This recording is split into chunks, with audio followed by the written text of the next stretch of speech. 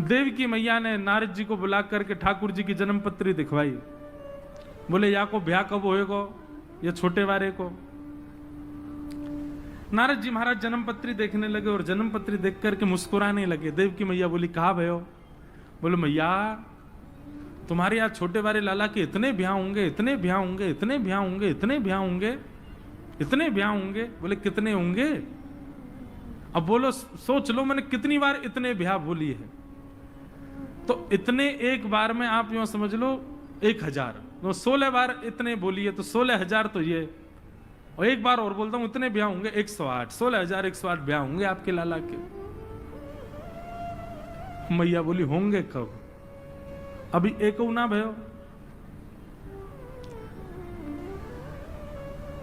नारद जी महाराज बोले बंधु एक बात बताएं, ठाकुर जी के इतने ब्याह क्यों हुए?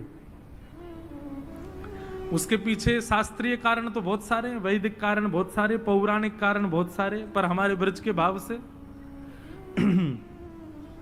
ठाकुर जी एक दिन रो रहे थे, मुझे चंद्रमा चाहिए। तो यशोदा मैया ने एक पात्र में जल भर के खिड़की के पास धर दी और चंद्रमा दिखने लगो। लाला को लेके बैठ गए, देख लाला चंद्रमा। ठाकुर जी देख के बड़े खुश है कि मैया कितना प्यारा चंद्रमा, मैया को पकड़ लूं। और जैसे ही हाथ मारा तो पानी हिल गया, चंद्रमा चला गया। ठाकुर जी रोने लगे, मैया तेने मुंह तो झूठ बोली जी, चंदा तो है ही ना। रोने लगे, मुंह तो चंदा चाहिए। महाराज इतने रोए जमीन में कूद गए ठाकुर जी और अपना सिर पटकन लगे। बोले मुंह को चंद्रमा चाहिए। यशोदा मैया बोली चंदा तेऊ सुंदर, चंदा तू प्यारी, एक नई दुल्हनिया दे हूं तेरे काजे, नई दुल्हन ले आऊंगी मैं। तू रोवे, चंद्रमा के काजे रो रहा है? ठाकुर जी ने अपने आंसू पोंछे। बोले मैया चंद्रमा तू सुंदर? बोले हाँ। या तू ज्यादा प्यारी? बोले हाँ। सोई ठाकुर जी उठ के मैया के पास गए और मैया से बोले मैया मैं अवई ब्याहवे जई हूं, मेरो ब्याह अवई करा। और अब तक तो रो रहे चंद्रमा के काजे और अब रोने लगे बहू के काजे। मेरो ब्याह करा मैया, अभी ब्याह करा, मेरो ब्याह करा।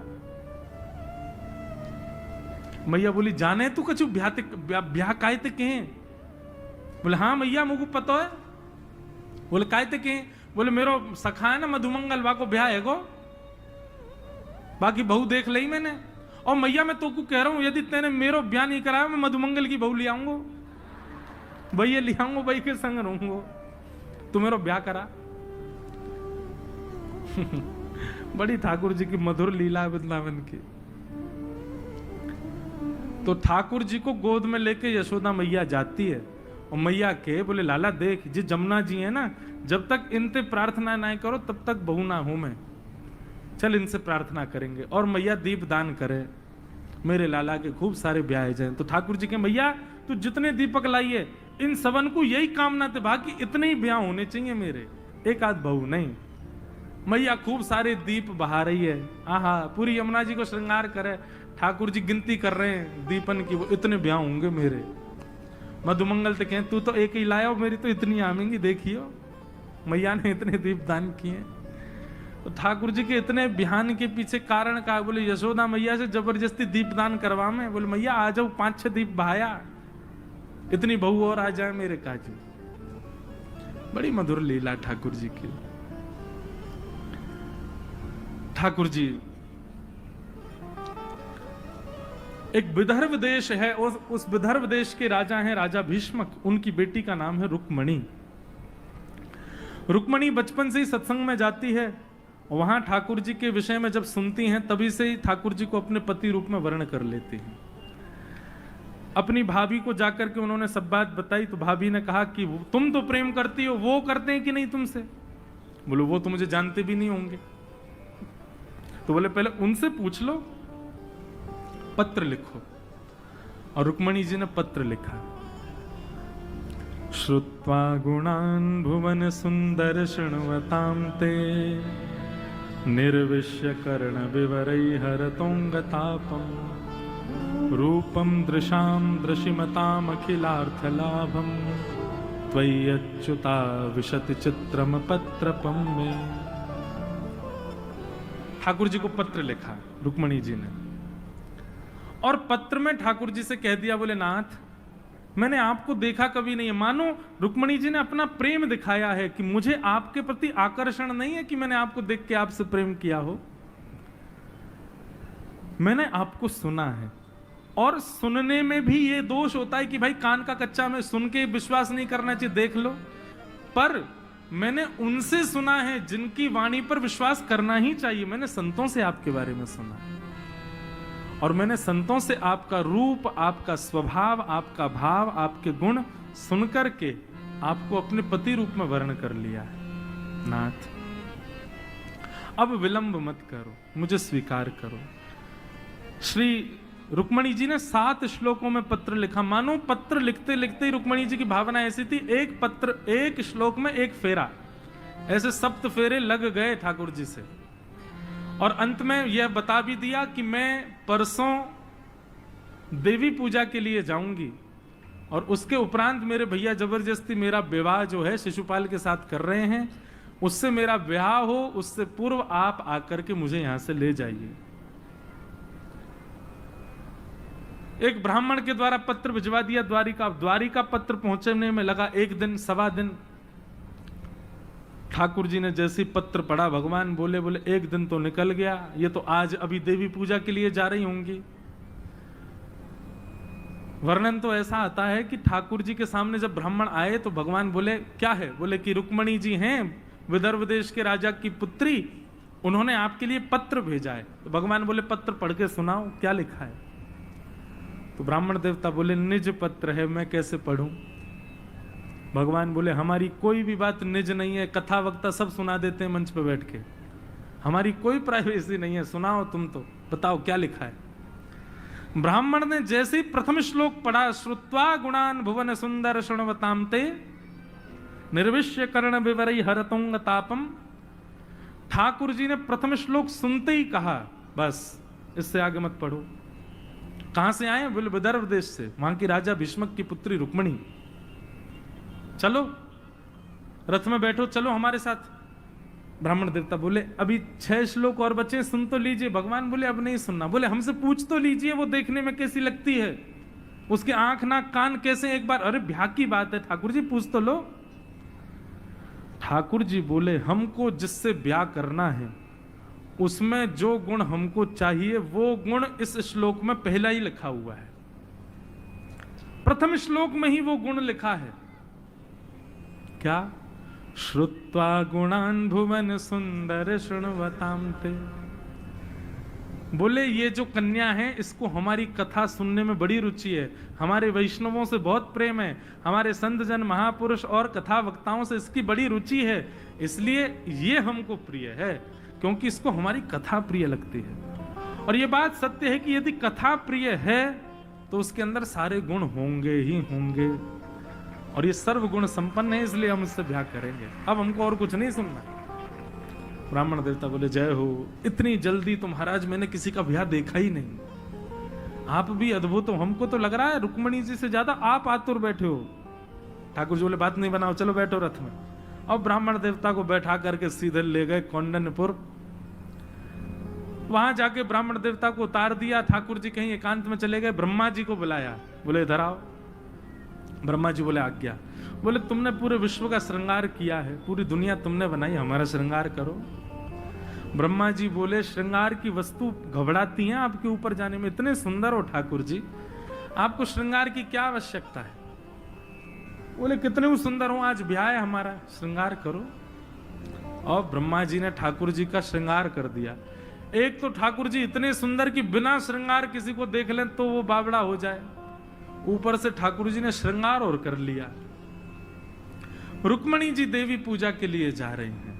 हो मैंने मेहंदी लगाई रे कृष्ण नाम की, मैंने मेहंदी लगाई रे कृष्ण नाम की। हो मैंने बिंदिया सजाई रे कृष्ण नाम की, मैंने बिंदिया सजाई रे कृष्ण नाम की। हो मैंने मेहंदी लगाई रे कृष्ण नाम की, हो मैंने मेहंदी लगाई रे कृष्ण नाम की। मेरे नैनों में गोकुल वृंदावन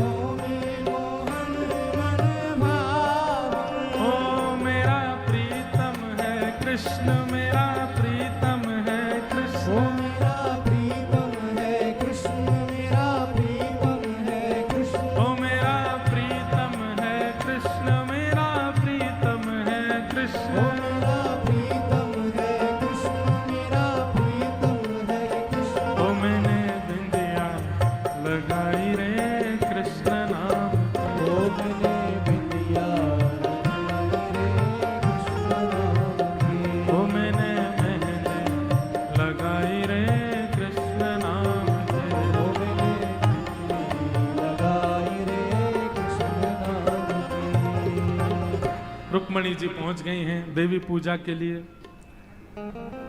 देवी को प्रणाम करती जैसे पीछे मुड़ करके देखा तो महाराज द्वार पर ही ठाकुर जी खड़े। ये दो सखियां ऐसे माला लेके कैसे खड़ी हैं, मानो ठाकुर जी से कह रही हैं इनको नहीं हमको ही पहना जाओ, नीचे कर ले लाली। तो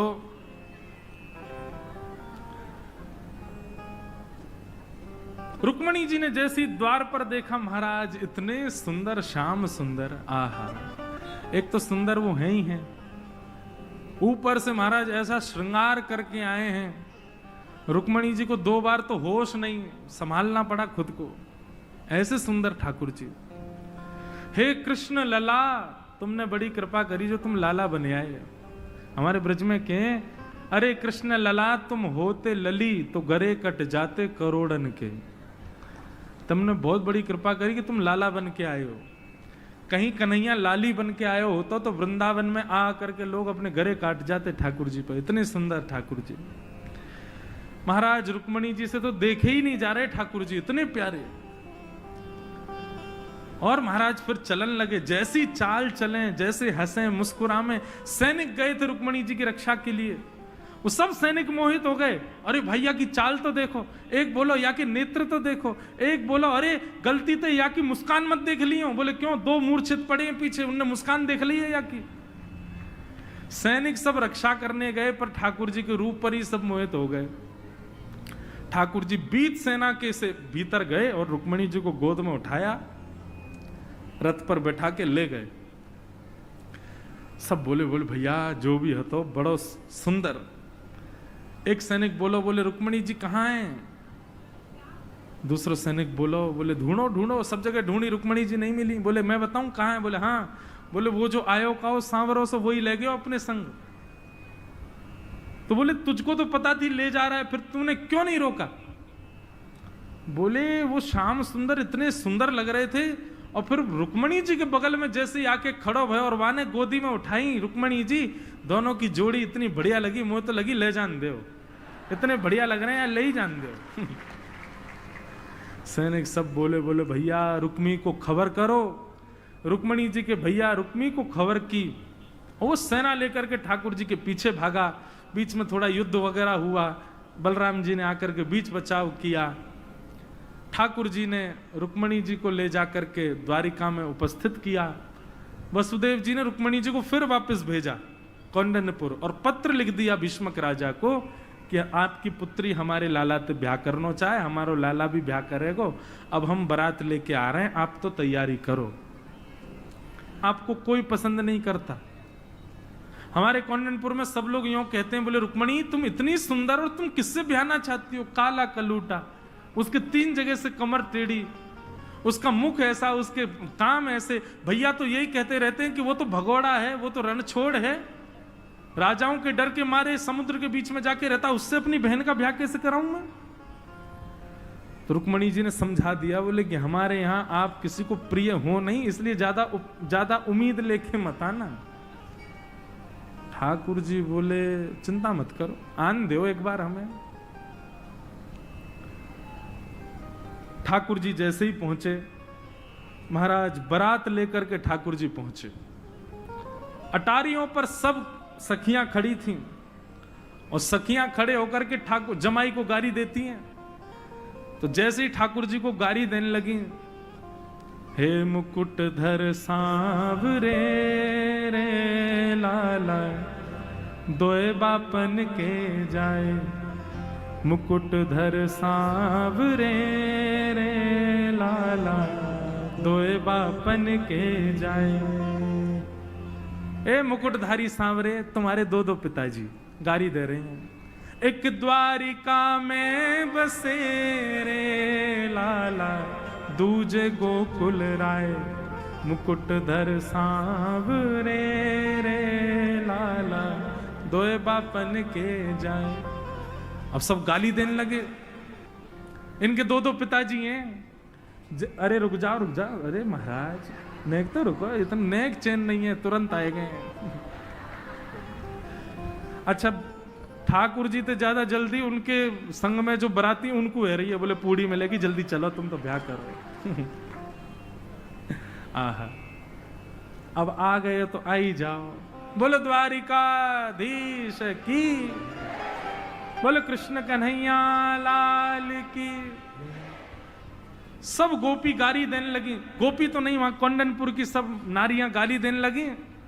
सो गाली सुनते हुए ठाकुर जी ने अपनी नजर ऊपर करके जैसे ही गोपियों की तरफ तिरछी नजर करके देखा और जैसे ही कटाक्ष नेत्रों से देखा, महाराज वो सबरी सखी ठाकुर जी को गाली देवे की जगह भीष्मक राजा को गाली देने लगी, रुक्मणी जी के पिताजी को गाली देने लगी। सबन की जीभ पलट गई और जाने भी ठाकुर जी को रूप देखो वही निहाल है गयो।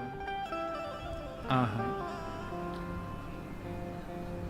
तेरा किसने किया श्रृंगार सांवरे, तेरा किसने किया श्रृंगार सांवरे, तेरा किसने किया श्रृंगार सांवरे, तेरा किसने किया श्रृंगार सांवरे। पे लगे दुल्हा सा दिलदार सांवरे, लगे दुल्हा सा दिलदार सांवरे, लगे दुल्हा सा दिलदार सांवरे, लगे दुल्हा सा दिलदार सांवरे।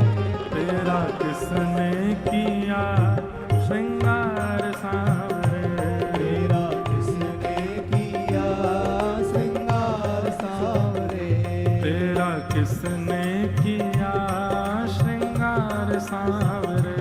तेरा किसने किया श्रृंगार सांवरे। ओ मस्तक पर मलिया गिर चंदन के सर तिलक लगाया, मस्तक पर मलिया गिर चंदन के शर तिलक लगाया, मोर मुकुट कानों में कुंडल इत्र खूब बरसाया, और मुकुट बालों में कुंडल इत्र बहुत बरसाया। हे सजाता रहे वो हर बार सांवरे, सजाता रहे वो हर बार सांवरे, हाँ सजाता रहे वो हर बार सांवरे, सजाता रहे वो हर बार सांवरे। तेरा किसने किया श्रृंगार सांवरे, तेरा किसने किया श्रृंगार सांवरे, तेरा किसने किया श्रृंगार सांवरे। तेरा किसने किया श्रृंगार सांवरे। ठाकुर जी पहुंचे हैं और जयमाल है रही है। यहाँ भी दो बालिकाएं कृष्ण रुक्मणी के रूप में आज पधारे हैं। कथा के भाव में मंगल विवाह उत्सव ठाकुर जी का आज हो रहा है। प्रथम जयमाल श्री रुक्मणी जी ठाकुर जी को धारण करा रहे हैं। कराओ धारण। बोलो रुक्मणी रमण भगवान की। और फिर ठाकुर जी श्री रुक्मणी जी को धारण करा रहे हैं। बोलो द्वारिकाधीश की। राधा हमारी गोरी गोरी ए नवल किशोरी कन्हैया तेरो कारो है। राधा हमारी गोरी गोरी ए नवल किशोरी कन्हैया तेरो कारो है। राधा हमारी गोरी गोरी ए नवल किशोरी कन्हैया तेरो कारो है। राधा हमारी गोरी भोरी के नवल किशोरी कन्हैया तेरो कारो है। ओ ये तो कारो नहीं है मतवारो जगत उजियारो श्री राधा जी को प्यारो है। ये तो कारो नहीं है मतवारो जगत उजियारो श्री राधा जी को प्यारो है। ओ ये तो कालो नहीं है मतवारो जगत उजियारो श्री राधा जी को प्यारो है। ये तो कारो नहीं है मतवारो जगत उजियारो श्री राधा जी को प्यारो जय हो है। श्री राधा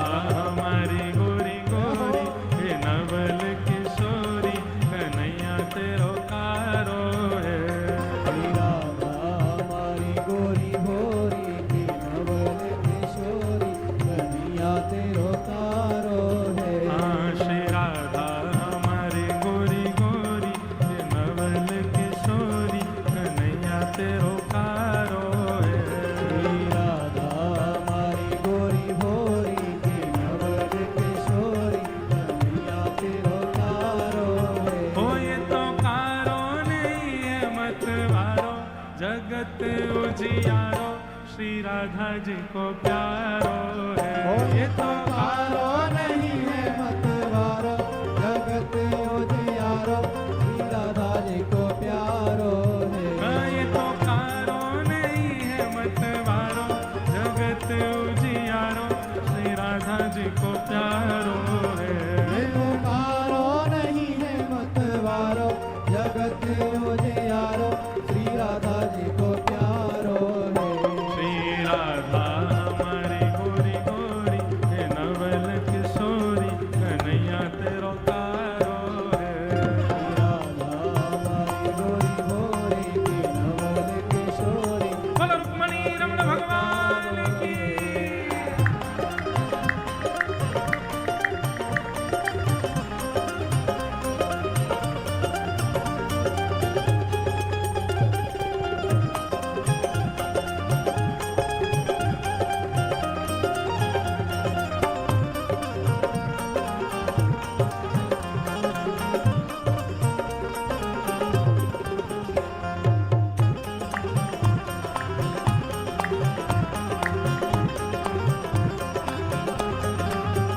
ओ श्यामा हृदय कमल सो प्रगटो, हृदय कमल सो प्रगट्यो। श्याम हृदय कुभार वृंदावन प्यारो वृंदावन वृंदावन प्यारो वृंदावन। हे श्री वृंदावन प्यारो वृंदावन हे वृंदावन। प्यारो वृंदावन। ओ भुवन चतुर्दश की सुंदरता निधिवन करत बिहार। भुवन चतुर्दश की सुंदरता निधिवन करत बिहार। हाँ प्यारो निधिवन करत बिहार।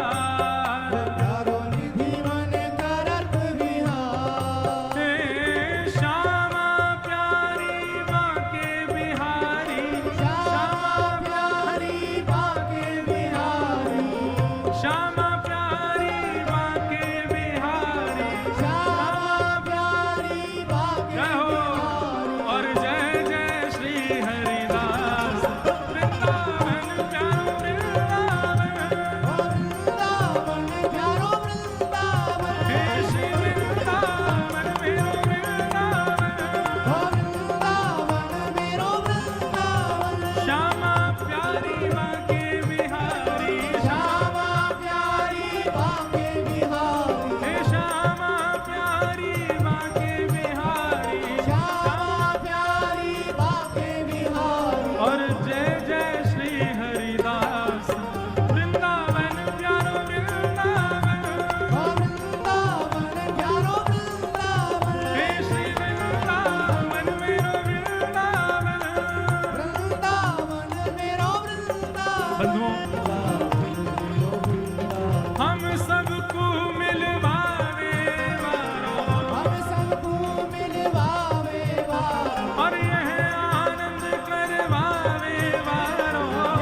आनंद करवावे वारो। हमारो गिरधर लाल वृंदावन प्यारो वृंदावन। वृंदावन प्यारो वृंदावन। हे श्री वृंदावन मेरो वृंदावन। वृंदावन मेरो वृंदावन। हे श्री वृंदावन प्यारो वृंदावन।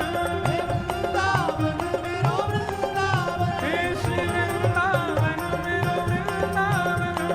वृंदावन जय जय श्री राम, जय जय श्री राम, जय जय श्री राम। बोलो वृंदावन बिहारी लाल की, श्री राधा रमण लाल की, रुक्मणी रमण भगवान की, रुक्मणी मंगल महोत्सव की।